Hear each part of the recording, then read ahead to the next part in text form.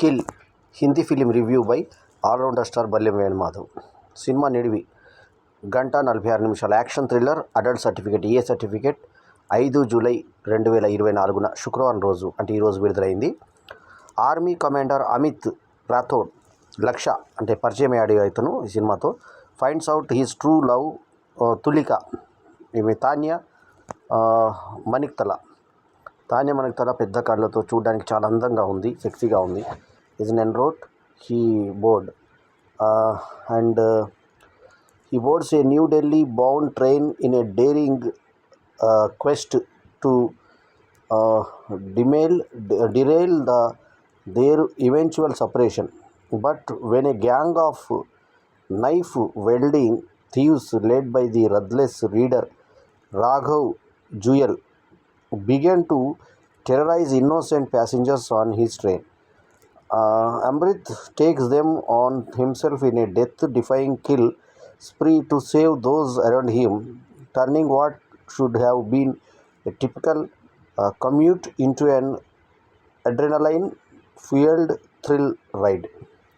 So ఈ సినిమాలో మనకి లక్ష లల్వానీ అనే అతను అమృత్ రాథోడ్గా కమాండో పాత్రలో నటించాడు. తానియా మణిక్తల తులిక పాత్రలో నటించగా రాఘవ్ జుయల్ అనే యంగ్ విలను మంచి విలని ప్రదర్శించాడు, బందిపోటు నాయకుడు అతను. సో ఇందులో ఇద్దరు కూడా బక్క హీరోలే, కానీ అద్భుతమైన పర్ఫార్మెన్స్ను, అద్భుతమైన యాక్షన్ సీన్స్ని ఇచ్చారు. నిఖిల్ నగేష్ భట్ అనే అతను డైరెక్టర్ కమ్ రైటర్ కాగా, హీరో జోహార్, ప్రఖ్యాత దర్శకుడు కరణ్ జోహార్, తర్వాత అపూర్వ మెహతాలు మరియు గునీత్ మోంగాలు ఈ సినిమాకి నిర్మాతలు. ఇక ఈ సినిమా తీరుతెన్నుడు ఎలా ఉన్నాయి ఏం సంగతి అంటే, కథకొస్తే ఒక చక్కటి షార్ట్కట్ స్టోరీ అనమాట. అంటే పెద్దగా కష్టపడకుండానే ఒక చిన్న షార్ట్కట్ స్టోరీలో వచ్చారు నెరేషను. అంటే షార్ట్కట్ స్టోరీ అంటే ఏంటంటే ఒకే ఒక లొకేషన్, సింగిల్ లొకేషన్ తీసుకున్నారు. సింగిల్ లొకేషన్ ఏంటి? రన్నింగ్ ట్రైన్ మీదే కాన్సెప్ట్ సినిమా అంతా. సో అందులో తులిప్ని ఇతను ఇష్టపడతాడు. అతను ఏంటో వీరేష్ అని తన తోటి సైనికుడు కమాండో ఉంటాడు.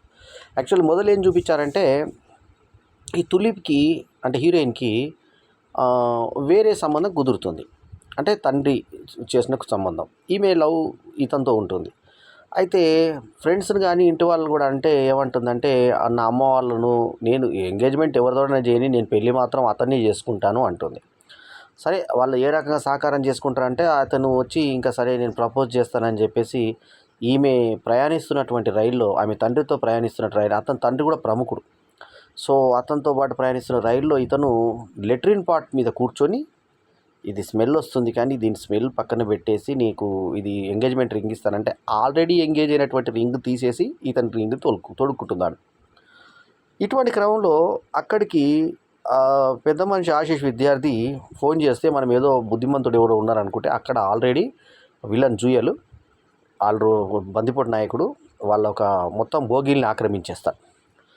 అంతకుముందు ఇతనితో ఒక అతను రఫ్గా మాట్లాడితే ఇతను సారీ చెప్తాడు. ఎవరు హీరో, ఇతను కమాండో అని తెలియదు అతనికి. సడన్గా బందిపోట్ల దాడి మొదలవుతుంది. బందిపోట్ల దాడి మొదలవుతే కమాండో కదా ఇతను, ఇంకా మొత్తం ఫైట్లు, సినిమా అంతా ఫైటే. సో ఫ్యూరోసియా సినిమాని చూశాను, ఆ తర్వాత ఈ సినిమానే చూశాను. ఇంత లెవెల్లో సినిమా ఫస్ట్ నుంచి లాస్ట్ దాకా పాట పద్యం ఏం లేకుండా ఫైట్సే. అయితే అద్భుతమైన యాక్షన్ కుదిరింది. ఎంత అద్భుతంగా అంటే, సినిమా అంతా కూడా ఫైట్లు ఉన్నా కూడా మనకు ఎక్కడ బోర్ కొట్టనంత అద్భుతంగా ఫైట్లు కుదిరాయి. సో చాలా అద్భుతంగా అనిపిస్తుంది యాక్షను. హీరోయిన్ ఇందాకే నేను చెప్పినట్టుగా పెద్ద పెద్ద కళ్ళతో ఆలరించే చక్కదనంతో అమ్మాయి ఉంటుంది. అయితే ఎక్కడ ఎక్స్పోజ్ చేయలేదు హీరోయిన్ని. కనీసం ఆమె వంపు సొంపుల మీద కనీసం ప్రొజెక్షన్ కూడా చేయలేదు. అంటే ఇక్కడ క్లోజప్ షాట్ కూడా వేయలేదు అమ్మాయి వంపు సొంపుల మీద కానీ బిరుదుల వైపు కానీ. అసలు సినిమా మొత్తంలో కూడా బ్యాగ్ చూపించలేదు మనకి హీరోయిన్ని. అదొక తమాషా ఈ సినిమాలో. సో బ్యాగ్ అంటే బేర్ బ్యాగ్ కాదు, మామూలు బ్యాగ్ కూడా మనకు స్ట్రక్చర్ కూడా కనబడదు మనకి. అంత జాగ్రత్తగా హీరోయిన్ చూపించారు. మొత్తం కళ్ళ మీద క్లోజప్ షాట్ల మీద ఎక్కువ వెళ్ళారు. సో ఆమెని ఇంటర్వెల్లో విలన్ చంపేటప్పుడు మనకు కూడా ఎంతో బాధ అనిపిస్తుంది. బాగా కుచ్చి చంపేస్తాడు విలను.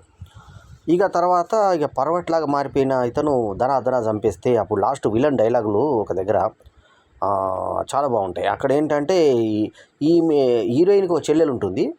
ఆ చెల్లెలు పక్క బోగిలోకి వెళ్ళిపోతుంది. ఆ పక్క బోగిలోంచి ఆమెను పట్టుకున్న తర్వాత no no no no no అంటుంది ఆమె. ఎస్ ఎస్ ఎస్ ఎస్ అంటాడు వీళ్ళని. ఆ డైలాగులు బాగున్నాయి. ఆ నో నో నో నో నోకి 4 నోళ్ళకి yes yes yes yes yes neither అనే దానికి అనే విధానం కానీ ఆ చేస్తున్న యాక్టింగ్ పర్ఫార్మెన్స్లు కానీ బాగుంటాయి. సో ఈమెనేనా నువ్వు రెండో కూతురు ఈమెనేనా అని పట్టుకుంటాడు. పట్టుకున్న తర్వాత ఇంకా ఈ కూతురు చచ్చిపోయింది అన్నప్పుడు మా అక్క చచ్చిపోయిందా అని చెప్పేసి ఆ బాధగా పిల్ల ఇచ్చే ఎక్స్ప్రెషన్ బాగుంటుంది. అట్లాగే ఈమె అయిపోయిన తర్వాత బయటికి ఇసిరేస్తారు హీరోయిన్ని. ఇంకా ఇతను పర్వట్గా మారిపోయి ఒక తాడు కట్టుకొని పక్క భోగిలోకి దిగి ఆ విలన్స్ దగ్గరికి వెళ్ళి ఆ అమ్మాయిని తీసుకొస్తా, ఆయన ఆమె పేరు, ఆయనని నేను తీసుకొస్తాను అని చెప్పేసి తులిప్కి ఇచ్చిన మాట ప్రకారంగా వాళ్ళ చెల్లెల్ని వీళ్ళకి అప్పచెప్పి మొత్తం విలన్స్ని ఏ రకంగా తొడిమొట్టిచ్చాడు, ఏ రకంగా ఫైట్స్ చేశాడు అన్నది మొత్తం యాక్షన్తో కూడుకున్నటువంటి కథ. ఆశీష్ విద్యార్థి తప్ప ఇందులో తెలిసిన నటినట్లు ఎవరు లేరు. హీరోయిన్ కూడా మనకంతా కొత్తగానే అనిపిస్తుంది. హీరోయిన్ కొన్ని సినిమాలు చేసినట్టు అనిపించింది అమ్మాయి. లక్ష్య మాత్రం మొదటి సినిమా బాగా చేశాడు హీరో. అయితే ఇందాక చెప్పినట్టుగా బక్క హీరో బక్క విలన్ కానీ క్రూరంగా ఫైట్స్ మాత్రం అతి క్రూరంగా ఎలా చంపాలో ఎలా చంపించకూడదో అలా చూస్తారు. లాస్ట్కు డైలాగ్ అంటాడు విలన్. ఏమంటాడు, అరే నువ్వు దేశాన్ని రక్షించే సోల్జర్నా, నువ్వు ఎలా దేశాన్ని రక్షిస్తావు, అసలు నువ్వు రక్షకుడు లాగా లేవు, భక్షకుడు లాగా ఉన్నావు, నేను 4 చంపితే నా ఫ్యామిలీలో 40 మందిని చంపేవరా నువ్వు అంటాడు. లాస్ట్కి ఆశీష్ విద్యార్థికి నోట్లో యాసిడ్ టైప్లో ఒకటి మందు బాటిల్ పెట్టి ముట్టించేసి కాల్చేటువంటి సన్నివేశం అద్భుతంగా తీశారు. అది గ్రాఫిక్స్ అయినా కూడా చాలా బాగా తీశారు. రన్నింగ్ ట్రైన్ మీద విన్యాసాలు ఒక దగ్గర ఇట్లా ఉల్టా పడిపోతాడు. అతను ఎక్కుతుంటే ఆ తాడు దిగిపోతుంది. తాడు దిగిపోతే కిటికీకి పలగొట్టి కిటికీలకు వెళ్ళి దోపుడికి వెళ్ళే క్రమంలో ఉల్టా వేలాడతాడు. కొంచెంలో అది వేరే దిక్కు తగిలేటువంటి దాంట్లో దబుక్కున లోపలికి వెళ్ళిపోతాడు. ఆ షాట్ చాలా అద్భుతంగా తీశాడు. ఆ తర్వాత గాయాలైన తర్వాత వీటికి పట్టీలు కట్టుకునే సీన్ కూడా చాలా బాగుంది. సో హీరో ఫనీ, ఈ విలన్ పేరు ఫనీ, హీరో పేరేమో ఇందాక చెప్పినట్టు అమృత్ రాథోడ్, హీరోయిన్ పేరు తులిపు, ఆమె చెల్లెలేమో అయానా.